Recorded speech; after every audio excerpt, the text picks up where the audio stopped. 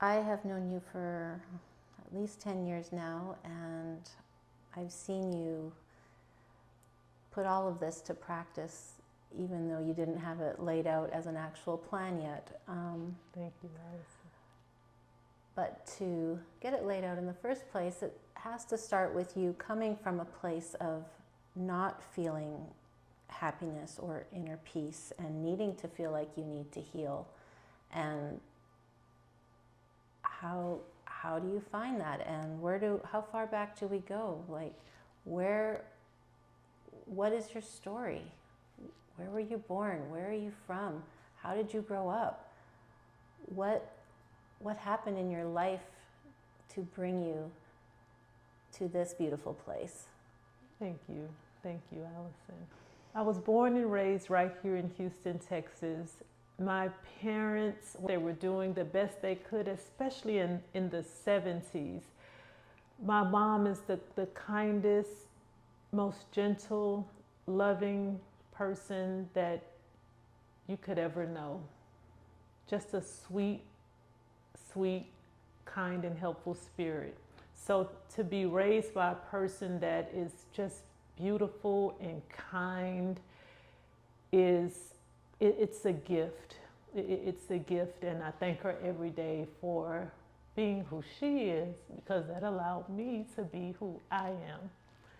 My father, he was an attractive man, a strong man, a powerful man.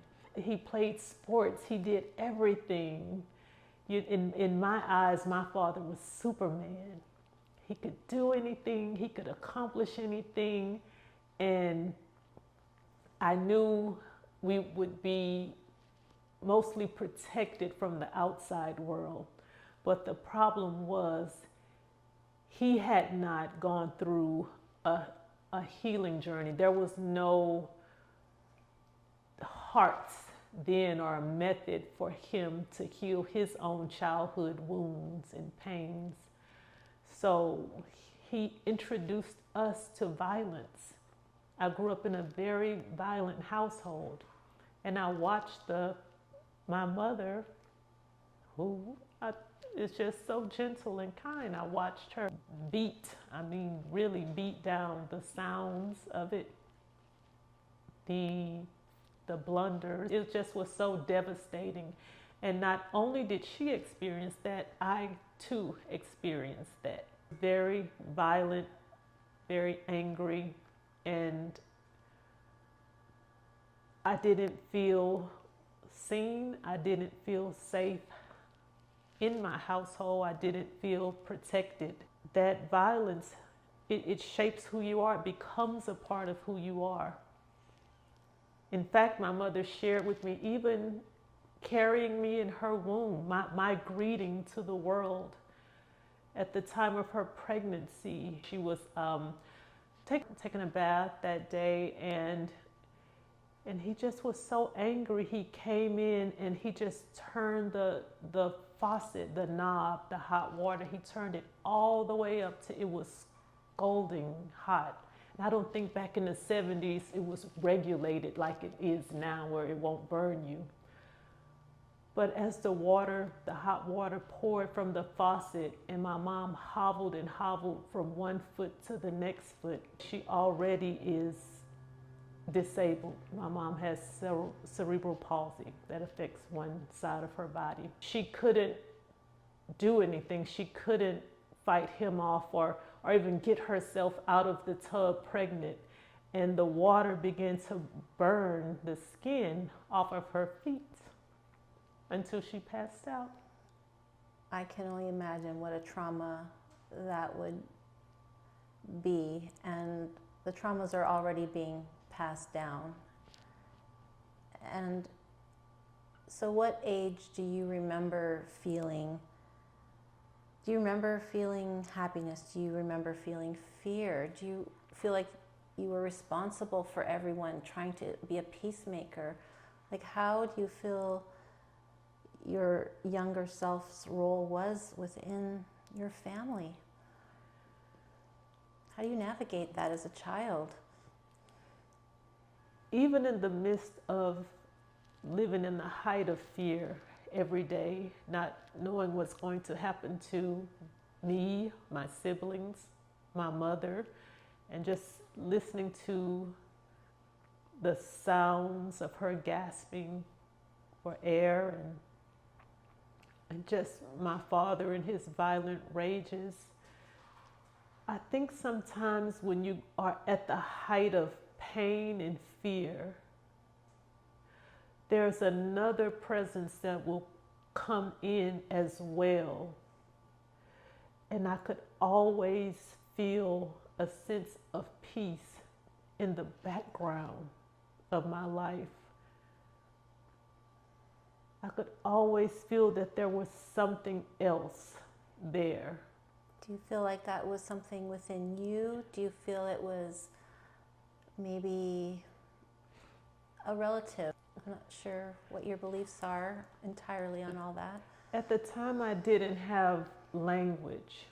And due to the violence, I was always very quiet, very shy, and very reserved because I didn't want to upset my father or upset anyone. But in my quietness and when I went outside to play, there were some things that I did learn that I could depend on and that was reliable. Every day that I went outside or looked out of the window, the sun was there. It never failed to this day to be there. So I began to rely on what felt right and what felt good to me. Living in my household was so unstable, so I couldn't trust it. I couldn't trust the environment. I couldn't trust my dad. And as much as I love my mom, I couldn't trust her because I couldn't trust her to take care of her. So she certainly couldn't take care of me. But every time I looked outside, the sun was there. As I played outside as a child, it gave me a relief from the pain and troubles that I would face each time I walked back into my home. So things out in nature, I didn't see the grass struggling. I didn't see the trees struggling. I didn't see the birds, the pets. These are living, breathing things. And I could see how they're relaxed in their nature, how they flow in their nature. And I began to connect with that. And that brought me a sense of inner peace and something that's reliable and predictable. And that means a lot when you don't have it.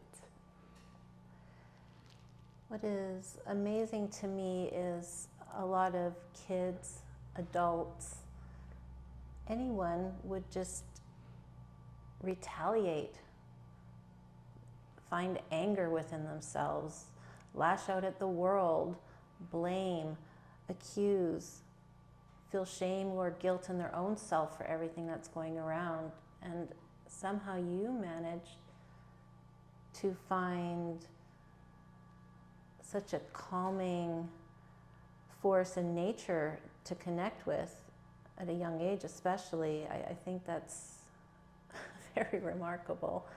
And it just shows just, again, another layer to you. And maybe your coping mechanisms and your survival modes. I'm sure they may have varied throughout your life and different situations. I was definitely in survival mode because of the uncertainty, because I never knew what would happen next. My mom planned an escape, and after 10 years of enduring abuse, things that no child or woman or anyone should see. I saw the violation of their relationship by him bringing a young girlfriend there. It was just a total disrespect. I couldn't process at that time By this time, my mom, after 10 years, had finally become fed up. She took us to Louisiana. We just left one day. She called her father. She says, "We're leaving, and we're leaving now." I grabbed a backpack. I threw whatever I could throw into that backpack. I found a pen and I just left a note. Said, "We're leaving because you beat our mama." That makes it very clear. Do you remember what you packed in such a emotional, rushed state? Like what were the important things that you felt like you could hold on to and bring with you? I had nothing. I had nothing Did you of have the physical value. So to throw a few clothes in a bag just to have something to wear as I would begin a new chapter in a new life, just a few clothes in a bag. And even in doing that, I didn't realize it taught me to quickly detach, to detach from things. So even present day, I don't have a lot of value in things. And I can detach quickly in order to be present and to move forward. So when we got to our new destination in Monroe, Louisiana, that's when I would be introduced to a host of relatives and cousins that all lived in the same space. I thought I was going to be in a better environment, but now I'm in an environment where it felt like we were open and vulnerable to anything. We moved into a household with, when you put a lot of people together, older males and girls and things that just don't mix well together. My father found out where we were. How many siblings are with you? I have one older brother and one younger sister. My dad picked us up from Monroe, Louisiana and brought us back here. And your mom? To Houston, Texas. My mom stayed behind. She stayed behind for her safety. And I was happy to leave that environment. It was the lesser of two evils. The devil I know versus all the people that I don't know. Right. So we came back and he would raise us as a single father until his life path would take him to prison. So by now the girlfriend was out of the picture. Actually, his crimes were against her family, so she actually was in the picture. So that led him to a different path entirely. Yes. So his interactions with her family would send him to prison for life. He did his best. He had a good intention. His intention was to raise us and to raise us well, but he had his own struggles. He had his own unhealed trauma, and he would share some of that with us. And as he shared and I began to understand the levels of abuse that he experienced, the neglect that he experienced, the pain that he experienced, it was excruciating to hear how could what was done to him be done to a human being. So did you take that on as understanding him more or forgiving him more, giving him an excuse more, letting him off the hook more? In his deepest intention, I know he wanted to do well. I know he wanted to raise his children. He had a certain pride about himself, a certain strength and attractiveness and an articulation about himself. I know he wanted to do well. But when there are unhealed wounds and when there's pain there, it's the only thing he has to give away. And that's what he gave us. So I found empathy. I found compassion. I could see him as a human being. Here's a human being struggling. I know he's trying to love me, even though he hits me, even though he looks at me with rage and anger and hatred. I look just like my mother. And I know how he felt about her. And I wear her face. I wear that face every day. And so I know he struggled with that. And so did I, because he would be the first person I would feel open rejection from. I didn't establish that early trust with him. I didn't receive him as my provider or protector. I saw him as a man who's trying to love us. He wants to love us, but there's something greater that's taking over him that will prevent him from loving us and not only hurting my family, but other families, and that will cause him to then, around 8 years old or 9 years old, to serve a life sentence.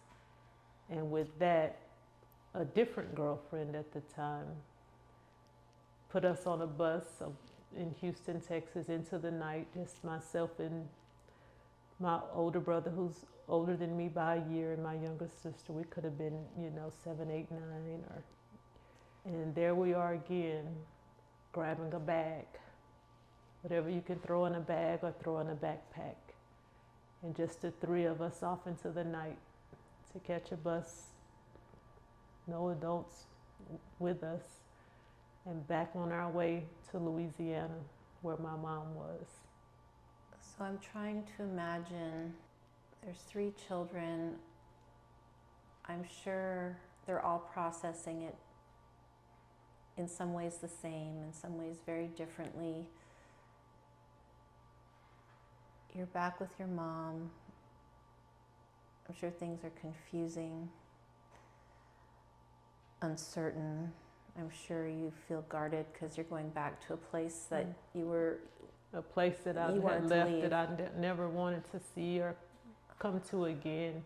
How does your body and your mind and your heart and knowing you have your siblings, I'm sure you want to protect each other. Definitely. How does one prepare for that? There's love. I know there's love, but...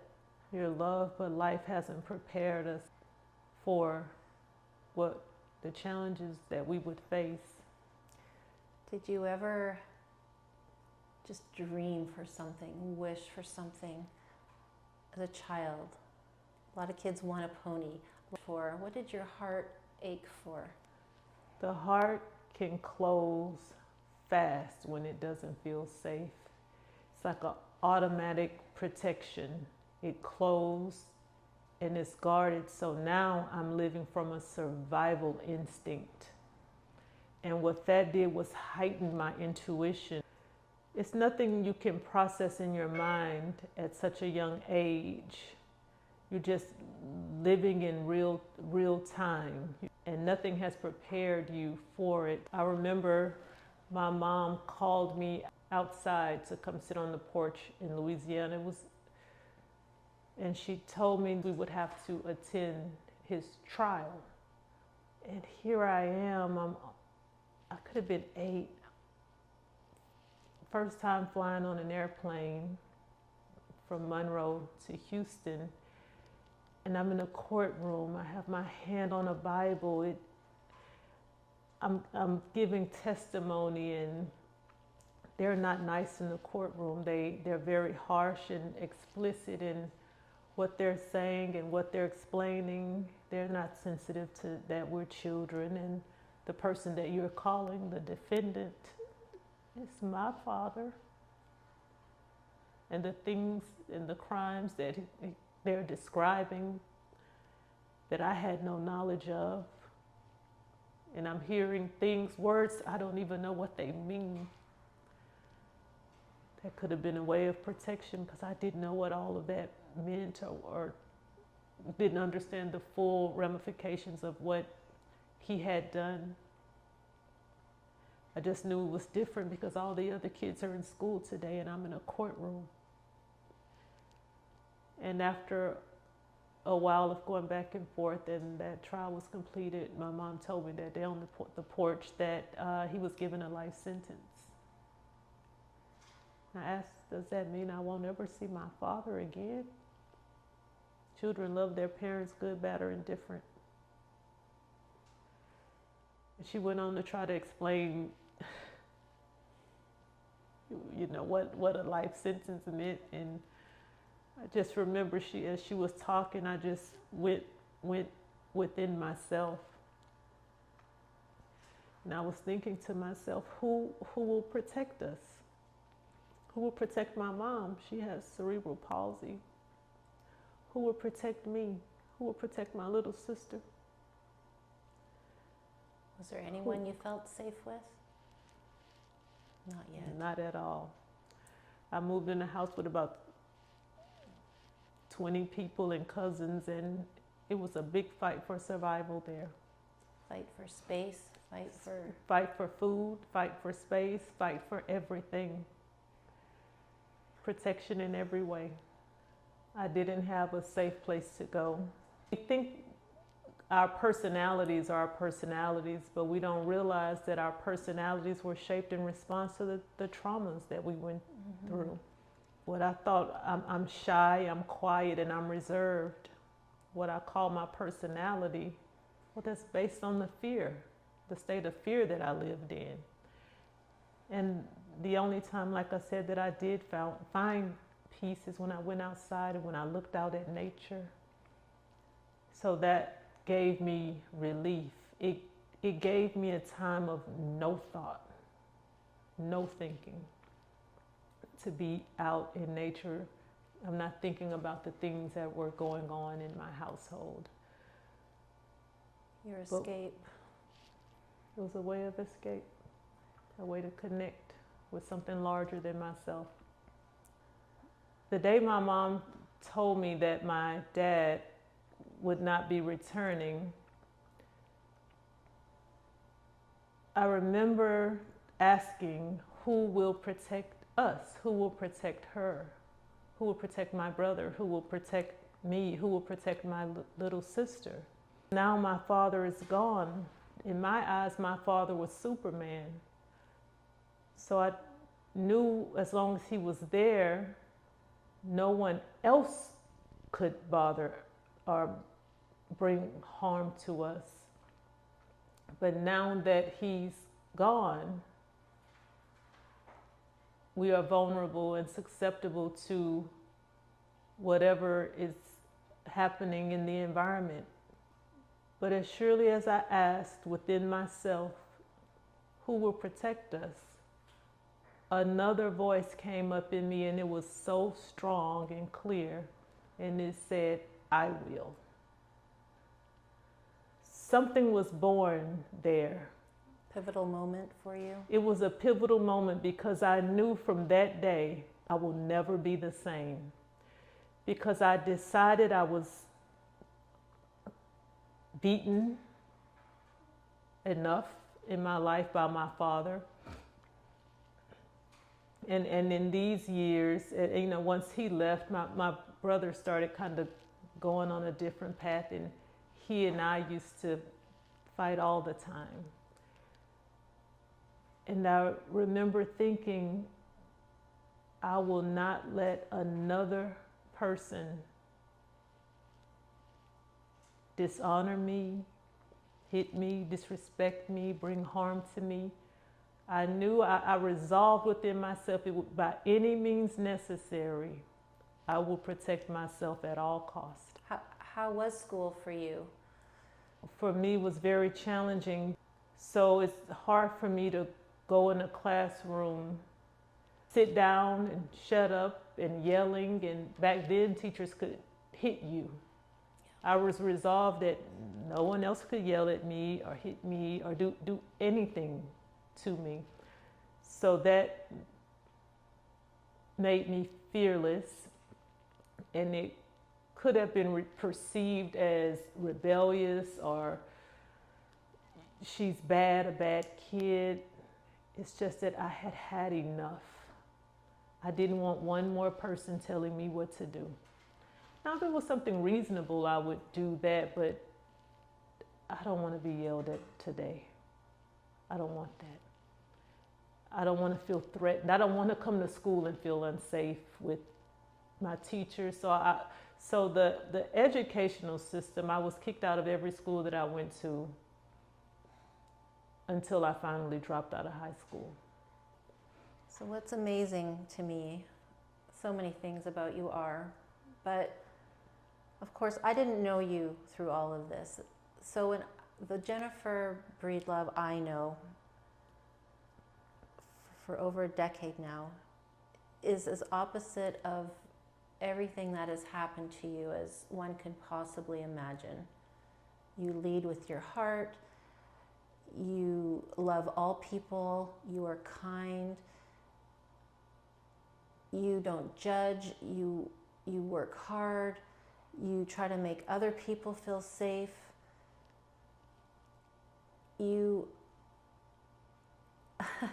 How you've done that, and how do you go from that child who's endured so much, how do you now grow up and now enter into your own relationships with men, boyfriends, love? Is it love? How do you relate to men? How do you are you guarded always? Do you try not to be? Because you're such a loving person, but I'm sure that wasn't easy. So how do you do that? When it came to relationships, I got married young and trying to understand love, but I've not healed yet. I've not healed. But even throughout my life, I was using some parts of hearts, like to acknowledge my power. It would take an internal power for me to say no more. That would be a part of the H for me to honor myself. I won't let you do this to me. For me to learn love and trust and what a man is and what his role is, that was lost on me. I will go through another period, a time period of heartache and heartbreak and mistrust until I realized I have some work to do. I have some healing to do. And that was back in 2007. And that's when I took a deep dive into myself. How old were you when you had your first baby? I was married at 19, pregnant by age 20, and 13 days after my 21st birthday, I delivered a set of twins. Wow. Boy and girl. I know at this point you've been through a lot, but did you feel like your babies were going to maybe ground you, save you, bring you love, that unconditional love? Did you feel like that could be a fresh beginning? I felt or like the weight of it. It's a young mom. I felt like here's something that I can do right. Mm-hmm. Here's something that I'm in charge of. I'm in control of it, and I want to do a great job here. I want to do this right. I started reading all the books, What to Expect You're Expecting. I read every book about pregnancy and childbirth and just what to expect as a young mom who was, I'm married then, and we're about to have, our first set of twins, and I was happy about it. But I would find out during the pregnancy that my husband was having an affair with someone at work, and I came home one day and he had moved out. So the happiness that I had, it was back to my normal reality. Survive. You're here with these children. You have to survive, and I experienced a broken heart. A broken heart because I thought it would be a new start, a new opportunity for myself. Me and him against the world, but I didn't know that he would leave. I came home and he was gone. And it's just so ironic at the time that I'm feeling the heartbreak of now I have to move myself out of this apartment. As I was experiencing that heartbreak, and one of my visits to the doctor, you visit the doctor regularly, especially with a twin pregnancy. I remember during the ultrasound, it was particularly long this day, and I was thinking, why is this routine ultrasound taking so long? And of course I asked the technician, he wouldn't tell me anything, and now my mind is wondering and thinking like, what is happening? And the doctor came in and told me that one of your twins has a heart defect, and he would need to have a major open heart surgery at the time you deliver him. And somehow I wondered, was my heartbreak connected to his heart? That's a big thing to wonder and carry as a young person. And your babies are beautiful. Thank you. So how did you reconcile those thoughts, those feelings? Because now that's another layer, but now this is for someone that you love. Yeah, I had planned to get this right. This would be the one thing that would go right. And the doctor told me I need to come to his office. They scheduled an appointment for me to meet with a heart surgeon. Very daunting. So here I am, 20 years old. My relationship had ended. And I'm sitting in a surgeon's office, and he brings out a big model of the heart.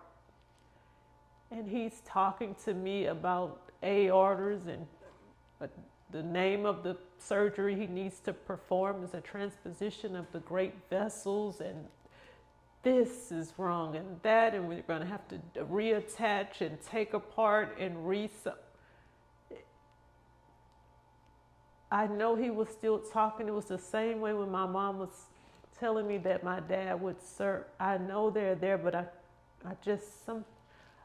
could hide in a quiet place within myself. I guess when things are overwhelming. And in my quiet place, it's always quiet and peaceful. I think that's where I go to feel safe. To feel safe. So I couldn't have a lot of emotion about it. Not when you're in survival mode. It's just, what is next? What do I need to do next? Because I have to keep this is my only job now and responsibility. I have to keep them safe. And so I had to go to many more appointments, and they told me on the day you deliver, they will stay. The twins will have to stay, and we will take him right away into surgery. And we will meet with you afterwards. And I just showed up and followed, so there wasn't a lot of emotion or thought about it. It's survival, it's go mode. Now I have to move myself out of this apartment. I'll have to go back to the Section 8 apartments, back to the hood, back to the ghetto, back to the poverty that, where my mom was. And that's what I did. I moved back in with my mom. I didn't have any furniture. I didn't have a bed. I had a sleeping bag. Again, I'm packing and moving. I'm on the go. So I put my sleeping bag, I was back in my old room. I spread my sleeping bag down on the floor. And I slept on the floor until one day my water broke. And I went to get my mom and I said, my water broke. I think my water broke. And I found some clothes that was there that I took with me on the floor. I didn't have any dressers or a bed. And I went on to the hospital. I delivered, by C-section, and it was so nice to hear them cry. My son was blue because I knew he would be struggling for oxygen. And they rushed him off right away. And I knew they would perform a groundbreaking heart surgery on him. And I would meet with them, with my son, and I would see him for the first time after the surgery. And when they walked me in, the sound of the beep and monitors and echocardiogram, just all the wires and tubes and sounds, and I just watched him there in a diaper with tubes all over him. And that was the first time I had an emotional release.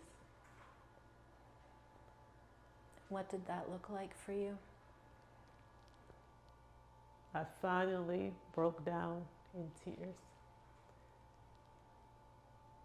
And the nurses came and they reassured me. They said, this is a good thing. All the things you see, the monitors and tubes and the breathing, but just everything, they said, these are good signs.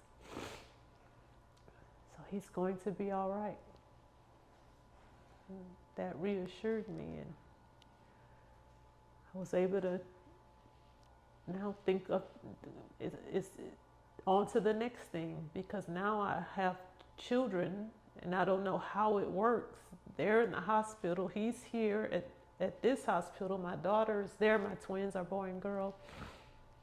Well, I don't know what to do. I've never had children before. So do I stay here? Do I go home? Or how does it work? And I don't have furniture at home. I don't have anything.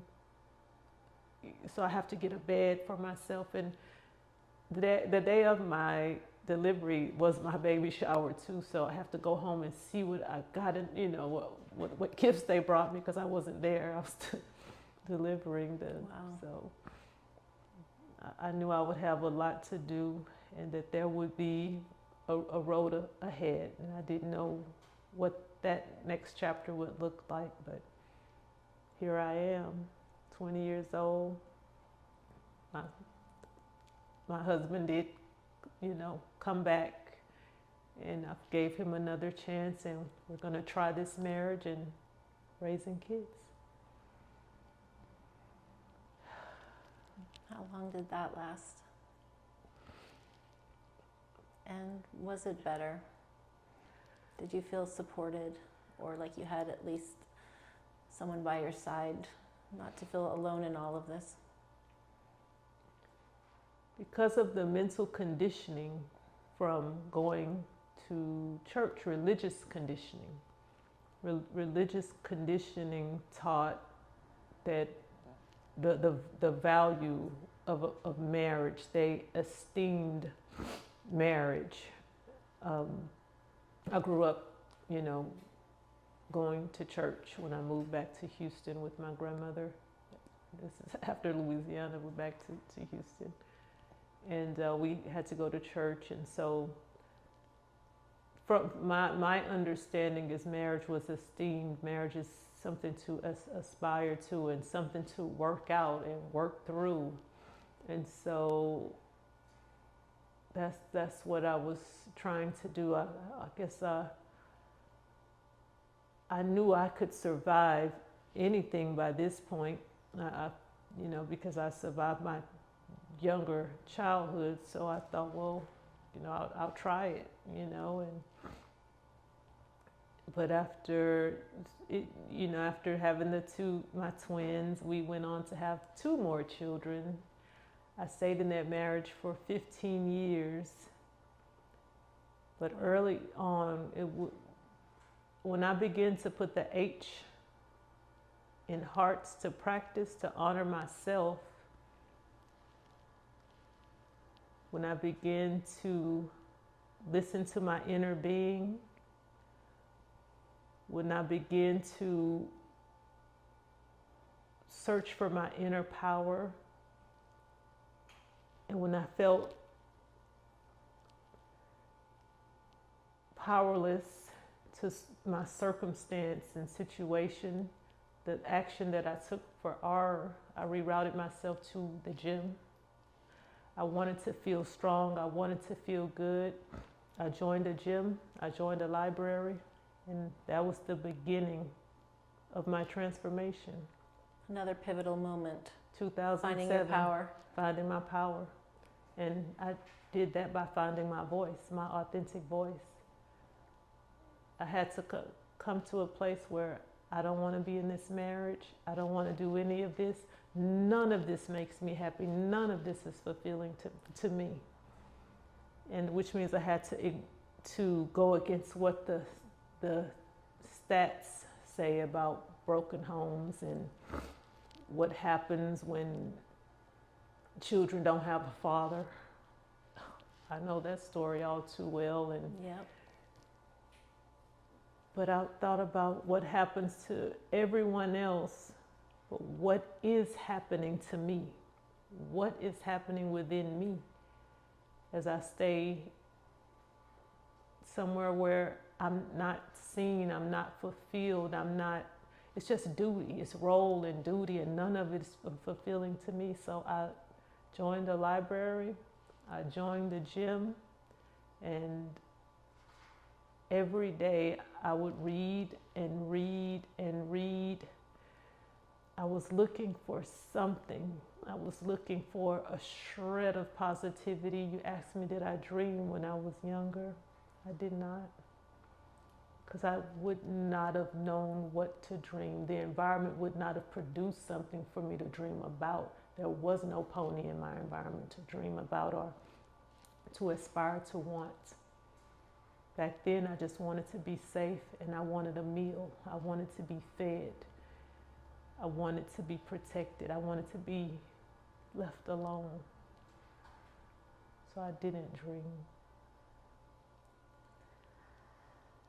Did you find support and trust finally in the gym, in the library, being in those environments?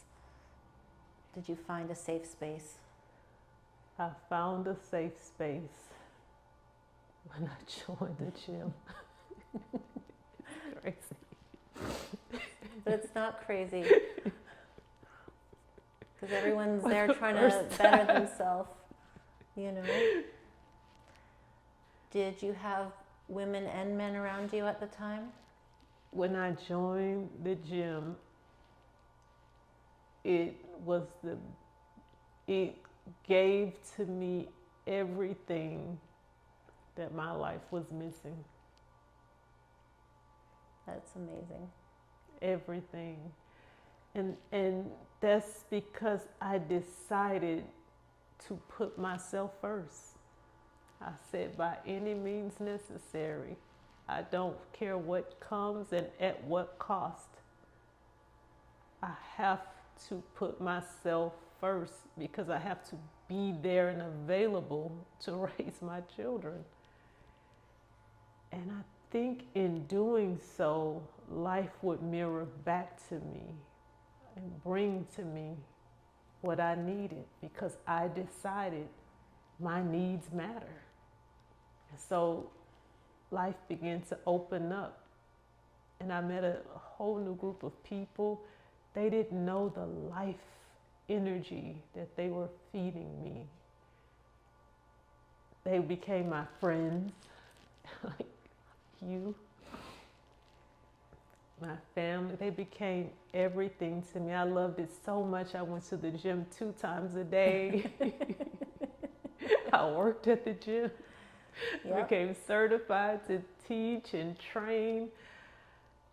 It was such a contrast from everything I had ever experienced. It was the first place I felt accepted, seen,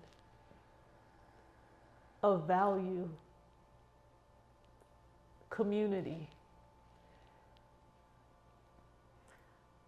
But I was born again. Yeah, you were. So they meant everything to me. And this is probably about when I met you. Yeah. I was so happy to. You, to me, you were this happy person. You were positive. You were so engaging and curious, and you could dance, and you just seemed so strong to me. And these strong women in this group around you, and I was very inspired by you. And at the time, I had no idea of your backstory.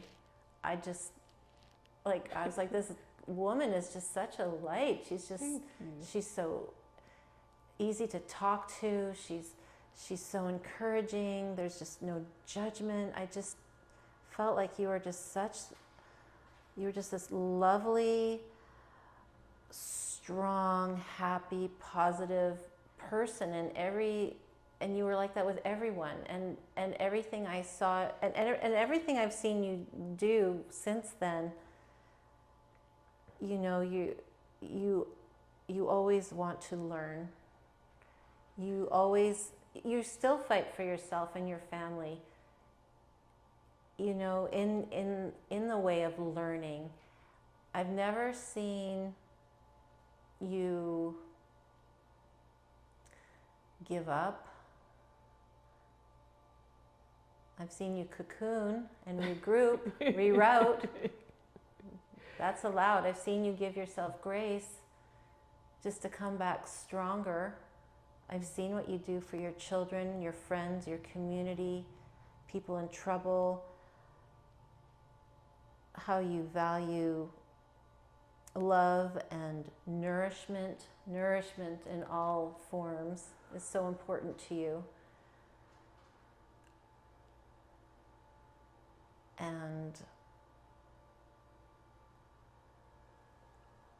But I didn't know that when I met you. And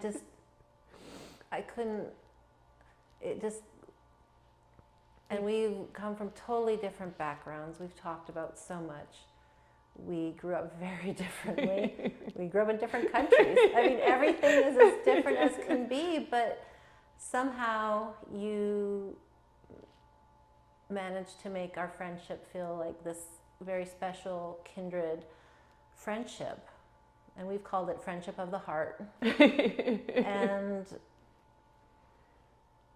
it gave me life. Yeah. It felt like I was plugged in. It was life-giving. And while I'm building my physical body and physical strength, in the background, my emotional space is everything else about me that was offline, shut down, closed because of the survival mode, which was because of the trauma. It's beginning to come online. I'm in the library every day, all day.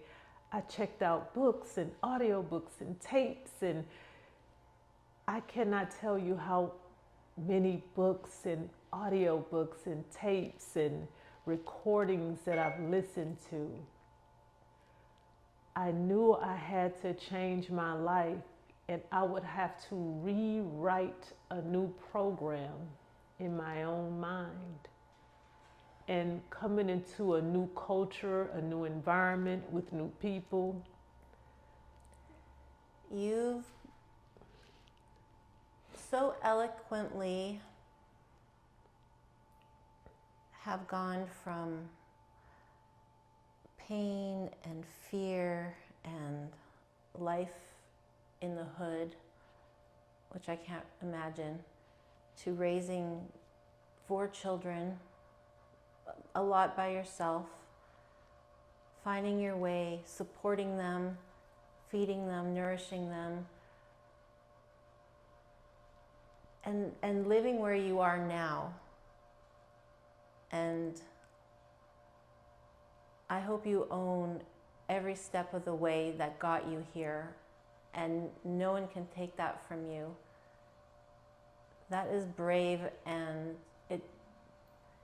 I just feel if you have gone through everything you've been through, and I've said this to you before, it just, there's no excuses. That doesn't mean we can't feel all our feelings. It just means feel them, acknowledge them. Every part of heart that you're advocating for to help you move forward and be fulfilled. And you practice all of this every day. And I'm honored to witness it. Thank you, Alison. Thank you. Thank you, Alison. And that doesn't mean things are always easy still. I've seen you come full circle in some ways with your family. I've met some of your family, which is so nice. And I know you've also had, some of them have a hard time seeing you in this new life. Yeah. And some people, family, friends, community from before has tried to hold you back from this. And absolutely, you've put yourself first, you've dug deep, and you deserve. It's hard to get out, and I understand why. I understand why there may not be an acceptance of me now in this new version, but they don't understand the work that I've put in the background. They don't know throughout that marriage, when I didn't have anything else positive to listen to, I bought myself a pair of earphones, and thank goodness YouTube had come out by that time. I would just put in the word motivation in the search, and all of my waking hours that I didn't have to do something else for someone else. And being a married mom and a single mom, you're always doing something else for someone else.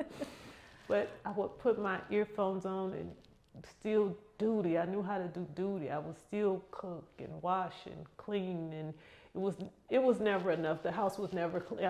It's just a cycle of trying to. Motherhood. And I just needed a shred of positivity, so that would take me back to the gym. It's like they would be the family that I always wanted. Although most of them didn't look like me, they didn't come from my background, but I found... They came from all backgrounds. I've met a lot of them. Literally all backgrounds. It's beautiful. I found parents and grandparents and just kindred spirits, cousins and sisters and people that just I enjoy. And they saved me. They rescued me. And so I think that's what gave me the strength to leave the marriage. Because now I finally had something to compare to. Like, this feels good and this does not. This honors me and this does not. And you listened. And I listened. I didn't let my fears hold me back. My mental conditioning that you should stay if he's not doing, and he was doing all of the above. So you broke the cycle. I broke the cycle. Women who don't listen to themselves, women who will stay where they don't feel honored, where they don't feel seen, where they can't give their full open heart to their husband and trust him with it. I didn't want to be with someone else I didn't trust. There's a saying, I think it's, if you can't find the light, be the light. And I think you did that for yourself and for your future and for your children. Thank you. And you're doing it for people every day that are that find themselves lucky enough to be in your orbit. So thank you, Alison. Thank you so much. So we'll continue with a part 2 or 3. Thank you for this. Thank you. Thank you, Alison. You didn't just break the cycle. This girl shattered it. Keep shining. Share this with someone else who shines, so together we all shine brighter. Alison, thank you.